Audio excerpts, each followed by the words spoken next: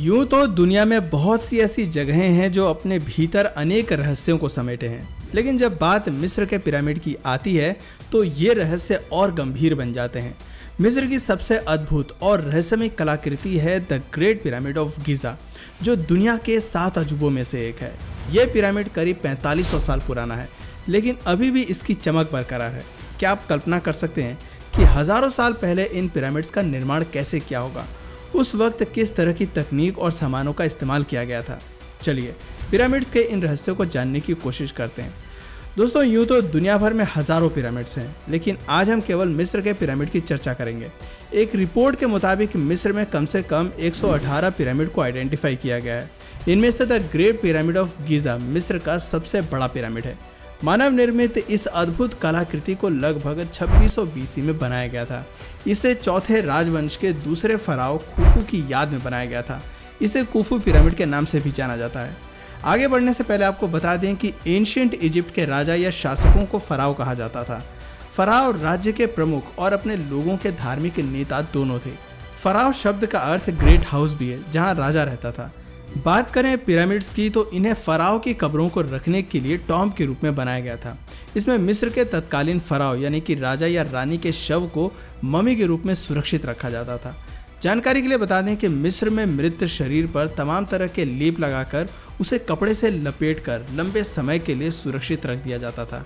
इसी प्रोसेस को ममी कहते हैं। और हाँ, ममी बनाने की शुरुआत मिस्र से ही हुई थी। दोस्तों, ममी बनाने के पीछे भी एक बड़ी दिलचस्प धारणा है। प्राचीन मिस्रवासी मृत्यु को केवल दूसरी दुनिया की यात्रा की शुरुआत के रूप में देखते थे।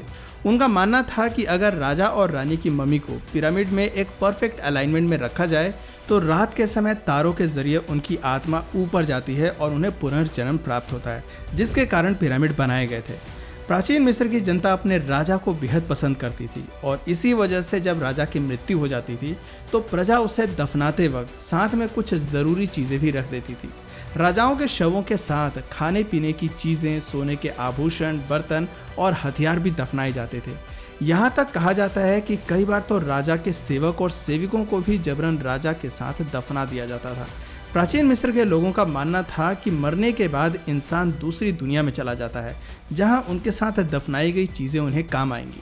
खैर, पिरामिड बनाना हर मायने से काफ़ी टफ वर्क था।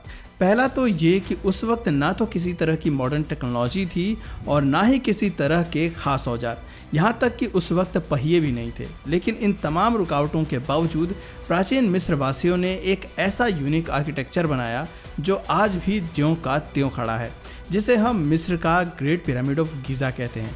उस दौरान पिरामिड के निर्माण को लेकर एक और समस्या थी, और वो ये थी कि उसे कुछ इस तरह तैयार किया जाए कि कोई पिरामिड को तोड़ न सके, क्योंकि उनके अंदर रखे शव के साथ बेशकीमती चीज़ें भी दफनाई जाती थीं। कोई चोर लुटेरे उन्हें लूट न सके, इस वजह से पिरामिड को बड़ी सावधानी से तैयार किया जाता था। पिरामिड में शव को रखने का कक्ष पिरामिड के केंद्र में रहता था। मिस्र का ग्रेट पिरामिड ऑफ गीज़ा बेहद ही खास और अनोखा है। यह पिरामिड नील नदी के किनारे स्थित है। हालांकि यहाँ 2 और पिरामिड नजर आते हैं, मगर इन तीनों में गीज़ा पिरामिड सबसे ऊंचा है। इस विशाल पिरामिड की संरचना पर नज़र डालें तो इसके बेस का कुल क्षेत्रफल 756 फीट यानी कि 13 एकड़ है, जिसे आप कुछ इस तरह समझ सकते हैं कि इसमें 1 या 2 नहीं बल्कि पूरे 9 फुटबॉल फील्ड्स बड़े आराम से फिट बैठ सकते हैं। इसकी हाइट की अगर बात करें तो ये 445 फीट ऊंचा है। एक अनुमान के मुताबिक the great pyramid of Giza को लाइमस्टोन, मोटार और ग्रेनाइट से तैयार किया गया था। इसमें 2.3 मिलियन बड़े ब्लॉक्स यानी कि पत्थरों का इस्तेमाल किया गया, जिनका कुल वजन 6 मिलियन टन के करीब था। बड़े ताज्जुब की बात है कि इनमें से कुछ पत्थरों का वजन करीब 50 टन भी था। सबसे बड़ा ग्रेनाइट पत्थर राजा के चैम्बर में मिला था, जिसका वजन करीब 80 टन है। पिरामिड को लेकर उठने वाले सवाल। दोस्तों, प्राचीन समय में जब इंसानी सभ्यता अपने विकास और उत्थान के मार्ग को खोज रही थी, उस वक्त इतनी विशाल संरचना को खड़ा करना वाकई ताज्जुब करने वाली बात है। लगभग 4000 साल पहले जब इंसान के पास उत्तम किस्म के औजार नहीं थे, तो उस दौरान इतने बड़े ढांचे को बनाना समझ के परे है। इसमें सबसे हैरानी की बात यह है कि आज के समय में भी किसी क्रेन से अधिकतम 20,000 किलो तक का ही वजन उठाया जा सकता है, तो उस समय 45,000 किलो वजन का पत्थर कैसे उठाकर लाया गया होगा। एक सवाल ये भी है कि प्राचीन मिस्र के लोगों को उस दौरान पहिए के इस्तेमाल की जानकारी नहीं थी। ऐसे में उन्होंने इन भारी भरकम पत्थरों को नील नदी की दूसरी तरफ से इस तरफ लाकर कैसे पिरामिड का निर्माण किया होगा। बिना मॉडर्न टेक्नोलॉजी और एडवांस टूल के इतने शानदार पिरामिड्स का निर्माण करना बेहद मुश्किल था। आखिर इन्हें बनाने के लिए किस तरह की टेक्नोलॉजी का इस्तेमाल किया गया, चलिए आपको बताते हैं। दोस्तों, क्या आप जानते हैं कि पिरामिड के निर्माण को लेकर कई तरह की थ्योरीज पेश की गई हैं, जिनमें से सबसे ज़्यादा प्रचलित थ्योरी है पिरामिड्स को एलियंस नहीं बनाया होगा। दरअसल गीज़ा के जो तीनों पिरामिड बने हैं वो ओरायन बेल्ट के 3 सितारों के साथ अलाइंड है।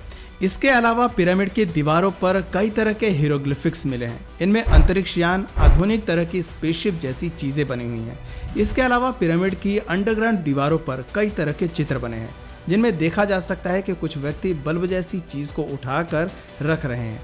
इन्हीं चीज़ों की वजह से कुछ लोग मानते हैं कि मिस्र के तीनों द ग्रेट पिरामिड को एलियंस नहीं बनाया है। हालांकि इस बात को साबित करने के लिए किसी के पास कोई ठोस आधार नहीं है। खैर, आपको बता दें कि गीज़ा के पिरामिड को बनने में करीब 20 वर्षों का समय लगा था। पिरामिड बनाने के लिए सबसे पहली चुनौती थी डायरेक्शन, यानी कि दिशा। उस वक्त पिरामिड की दीवारों की दिशा को किस तरह से सेट किया गया होगा कि इनका आपस में तालमेल सही से रहे। एक्सपर्ट्स का कहना है कि पिरामिड बनाने के लिए सबसे पहले ऐसी ज़मीन की तलाश की गई होगी जो लाखों टन वजनी पत्थरों का वजन झेलने की क्षमता रखती हो। फिर उसके बाद उन पोलर स्टार्स को देखा गया होगा, जिनकी मदद से धरती के पोल्स की जानकारी मिलती है। ऐसा माना जाता है कि इनकी मदद से पिरामिड की दिशा को सेट किया गया होगा, वो भी बिना किसी कंपास या किसी दूसरे दिशा सूचक यंत्र के। पिरामिड बनाने के लिए दूसरी समस्या थी लेवल, यानी कि स्तर। ऐसी जगह पर पिरामिड खड़ा नामुमकिन था जहां का लेवल ठीक ना हो। ऊपर से उस वक्त लेज़र लेवल और बबल लेवल का भी अभाव था। एक्सपर्ट्स का कहना है कि प्राचीन मिस्र में इस मुश्किल कार्य को पानी की मदद ने संभव बनाया हो। वो कैसे, चलिए आपको बताते हैं।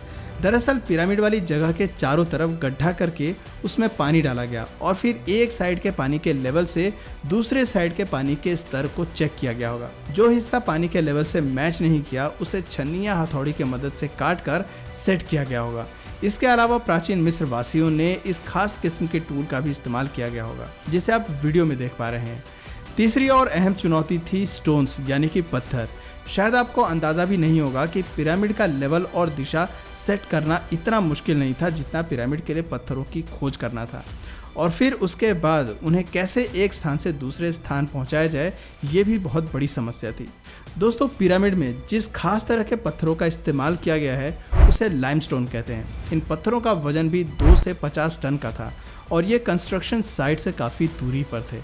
एक पिरामिड के लिए तकरीबन 23 लाख पत्थरों की ज़रूरत थी। जोखिम भरे इस कार्य के लिए तब ना जानवर की मदद ली जा सकती थी और ना तो कोई ट्रेन या क्रेन हुआ करते थे। ऐसा माना जाता है कि बड़ी बड़ी नौकाओं में पत्थरों को लाद कर लाया गया होगा। केवल इस कार्य के लिए कम से कम 500 मजदूरों की ज़रूरत पड़ी होगी, क्योंकि इतने भारी पत्थरों को लाना कोई खेल नहीं था।